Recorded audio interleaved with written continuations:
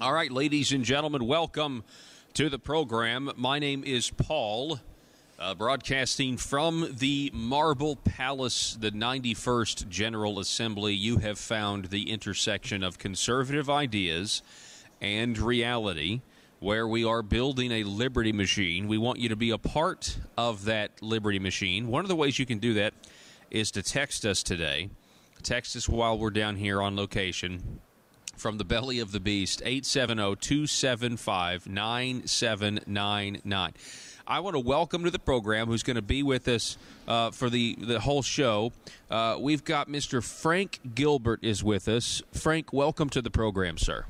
A pleasure, and thank you for having me. Now, Frank, you are a Libertarian, and you have run a campaign for governor and for the United States Senate.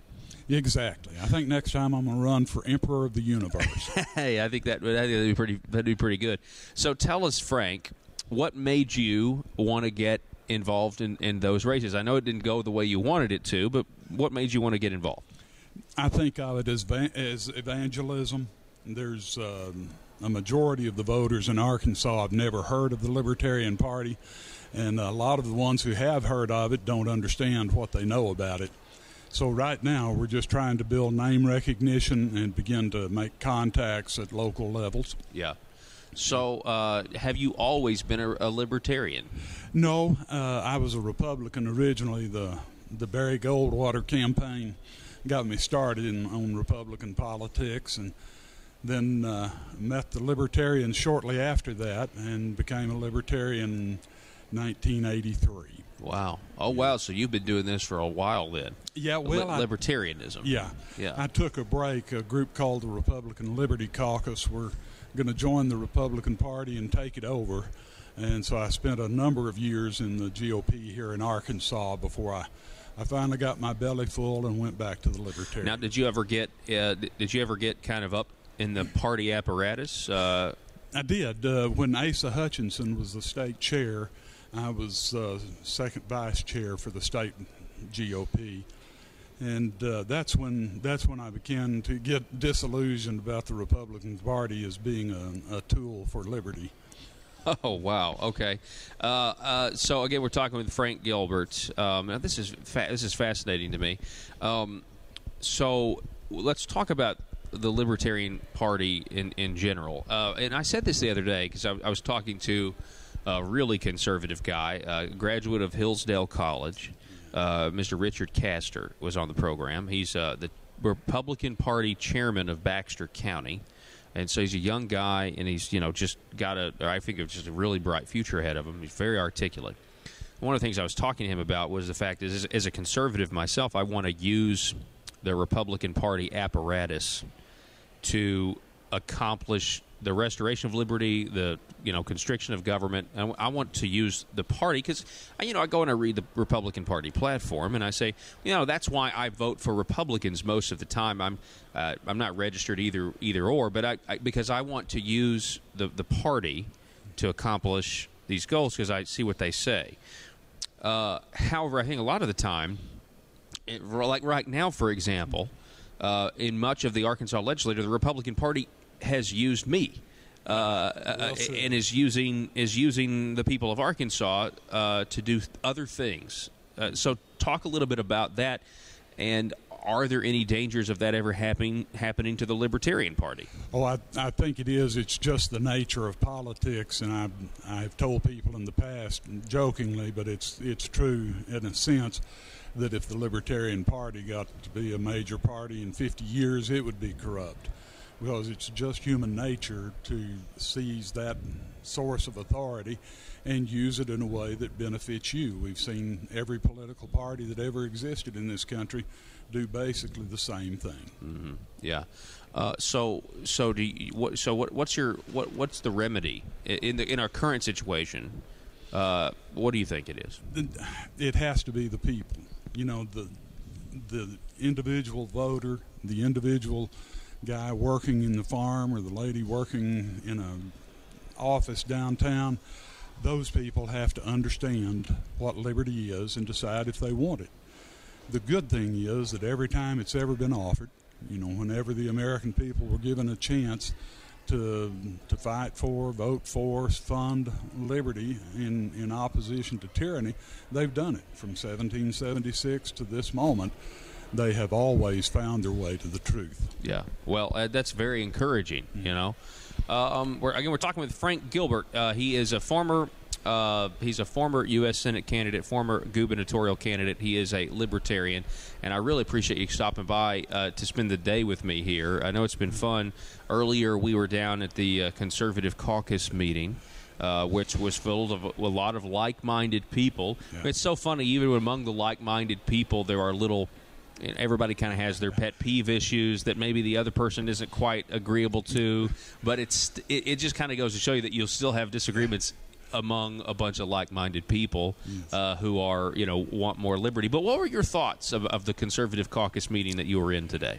I was frankly disappointed that there were no legislators there. They have moved their dates and times, according to what they said, to try to make it easy for conservative legislators to come and talk to them. And I don't know why the conservatives aren't there, because this is not a unique day. They were saying that nearly every time they met, they didn't have legislators there. And I think that's the kind of thing that is put up with in a two-party system, because what's your option? Yeah. If you're a disgruntled Republican, are you going to vote for a Democrat? That's going from the five. Well, I agree, but at this point, I think there's a lot of when it comes to this gubernatorial race coming up in 2018 with Asa Hutchinson. There's a lot of people whispering we'd be better off with a Democrat in office right now because you'd have more unity. I think we'd have more platform unity. I think there would be. I think it would be phony. Yeah. Because clearly it is phony, right? I mean, they don't really believe a lot of this stuff, but you know what I'm saying? Yeah. But there may be a lot of people that start thinking, hey, you know what? I can't cast people were saying it in the caucus today. I'm not going to be able to vote for Asa Hutchinson again. The Conservative Caucus, the news out of the Capitol today, folks, is that at 10 o'clock this morning, there was a group of people, of activists that met outside the governor's office and handed the governor's office a letter, a couple of resolutions, some written information about how the last 2 years, I believe one of the letters from Mr. David Crow starts, and he started reading it, that the first 2 years of your governorship have been a disappointment. Yes. And it talks about how the governor has actively campaigned against conservative legislators in Republican primaries. It talks about how he's expanded Medicaid. And here's the thing. At this point, Governor Hutchinson has expanded Medicaid, even though the initial expansion for able-to-work adults, a new welfare program, was done under a Democrat administration. The fact is, we've gone from 215,000 people on this program to 340,000 people. So he has perpetuated the problem. Anyway, the list of grievances went on and on and on. But to your point, Frank Gilbert, to give you a little background on all this Conservative Caucus, Republican legislators used to meet with the Conservative Caucus all the time. And they're not anymore. They have written us off as irrelevant. They do not believe that there is any price to pay for growing government. Yeah. And now, with the exception of, I believe, David Meeks stopped by, State Senator Brian King has been there, and there may be a handful of others that have stopped by. But the scheduling has been a nightmare. The first Conservative Caucus meeting was in the basement 9 weeks ago. And it was on a Tuesday, and we decided to move it to a Wednesday, a weekly Wednesday meeting, because we were told that the Republicans in the House and the Senate had their caucus meetings on Tuesday, and they weren't going to be able to come. So we said, all right, let's move it to a Wednesday. And then instead of using it in the doing it in the basement of the Capitol, we started reserving committee rooms, which can accommodate more people and make it easier on these legislators to come by and talk to us. There's PA systems, microphone systems in these rooms, and that's what we tried to do.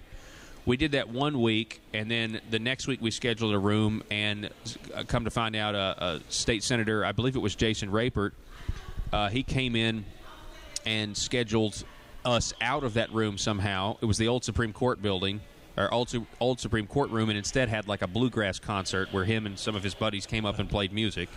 And Senator Rapert is a talented fiddle player, by the way. He's pretty good. And then this happened a few other weeks. And every time we had a scheduled meeting in a certain room, one of these committee rooms, somebody would come in, bump us out, and then schedule that room for the rest, for several weeks ahead. And so it was very clear something was going on. And so we finally have moved the Conservative Caucus meetings back to Tuesdays, and we're doing it in the cafeteria like they started 7 or 8 years ago. Mm-hmm. That's amazing. And I think you nailed it. There's no price to pay. What Republican legislator is going to have any trouble because of that? Nobody. And I think also, as you talked there about Rapert and Governor, I started to say Hutchison. Governor Hutchison. Yeah, I got it. I remember now. You got it, yeah.